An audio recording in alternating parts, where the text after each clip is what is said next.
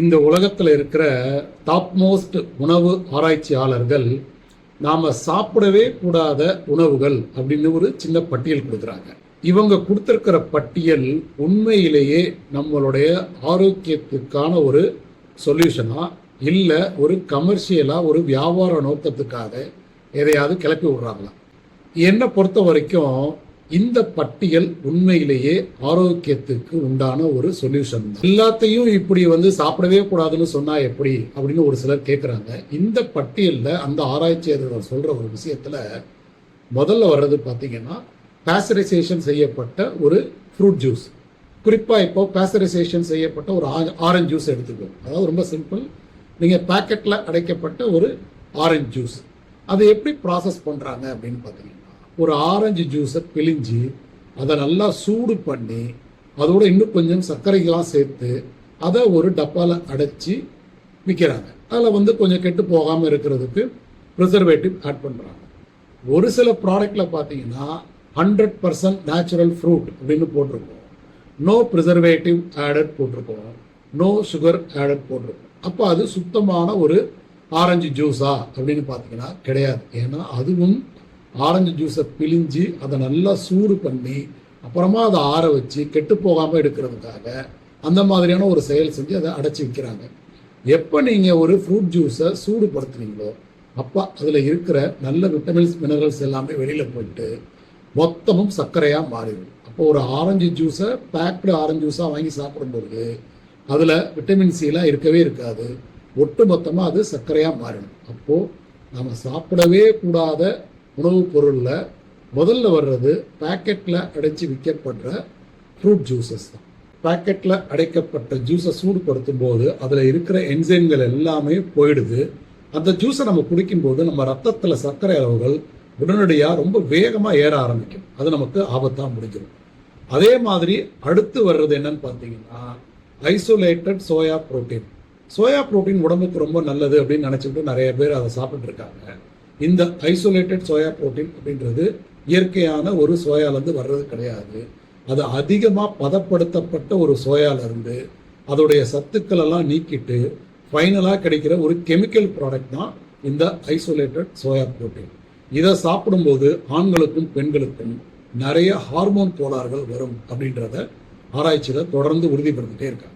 இந்த isolated soya protein அப்படின்றது நேரடியாக புரோட்டீன் பவுடராக மட்டும்தான் மார்க்கெட்டில் கிடைக்குதா அப்படின்னா அப்படி கிடையாது. நீங்கள் பேக்கேஜ் செய்யப்பட்ட இந்த ஸ்நாக்ஸ்லலாம் பார்த்தீங்கன்னா போட்டிருப்போம் ஐசோலேட்டட் சோயா அப்படின்னு சொல்லி போட்டிருப்போம். சில பர்கர்ஸ்லையும் அதை ஆட் பண்ணுறாங்க. சைவ உணவுப் பொருட்களில் குறிப்பாக அடைச்சி விற்கப்படுறதா பேக்கெட்டில் அடைச்சி விற்கப்படுற சைவ உணவுப் பொருட்கள் எல்லாத்துலேயுமே இந்த ஐசோலேட்டட் சோயாவை ஆட் பண்ணுறாங்க. இது நேரடியாக நம்மளுடைய கல்லீரலுக்கு ஒரு பாதிப்பை ஏற்படுத்தும். மூணாவது வர்றது பார்த்தீங்கன்னா இந்த அசைவ உணவுப் பொருட்கள். ஐயோ அசைவம் சாப்பிடக்கூடாதா அப்படின்னு கேட்காதீங்க.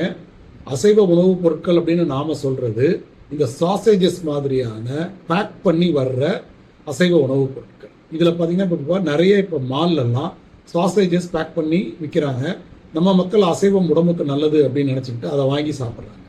அதில் நிறைய நைட்ரேட் கலந்துருக்கும்.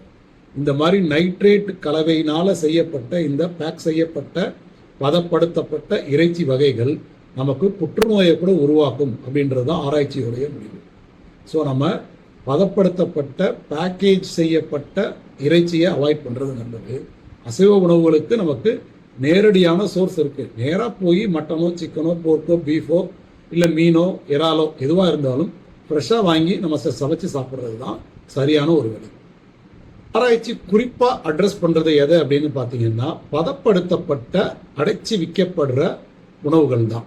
என்ன அப்படின்னு பார்த்தீங்கன்னா ஒரு உணவுடைய அடிப்படை இயற்கை கட்டமைப்பையே இந்த பதப்படுத்துதல் அப்படின்றது உடைச்சிருது.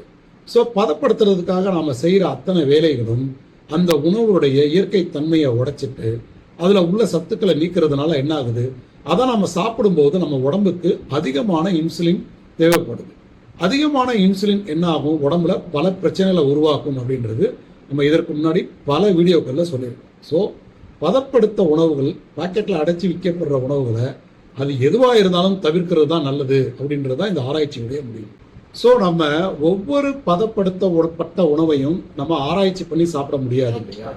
ஸோ அதை அவாய்ட் பண்ணுறது தான் நமக்கு நல்லதுன்றதை தான் நம்ம புரிஞ்சுக்கணும். 1972 பார்த்தீங்கன்னா அமெரிக்காவில் டிவிடி அப்படின்ற ஒரு பூச்சிக்கொல்லி மருந்தை தடை பண்ணுறாங்க. இந்த பூச்சிக்கொல்லி மருந்து அவங்க தடை பண்ணதுக்கு காரணம் என்ன அப்படின்னா, அது நிறைய ஆபத்து விளைவிக்குதுன்னு. ஆனால் அதே அமெரிக்கன்ஸ் என்ன பண்ணுறாங்கன்னா, அந்த பூச்சிக்கொல்லி மருந்தை தொடர்ந்து மற்ற நாடுகளுக்கு விற்கிறாங்க. அதை மற்ற நாடுகள் வாங்கி அவங்களுடைய விவசாயத்துக்கு யூஸ் பண்ணுறாங்க. செடிகள் மேலேயும் பழங்கள் மேலேயும் தெளிக்கிறாங்க, வளர்ச்சி அதிகமாக இருக்குது, அதாவது உற்பத்தியை அதிகப்படுத்துறதுக்கு. ஸோ ஆனால் அந்த மாதிரியான காய்கறிகளையும் பழங்களையும் தான் நம்ம வாங்கி ஒரு சாப்பிட்ற சூழ்நிலை இருக்குது.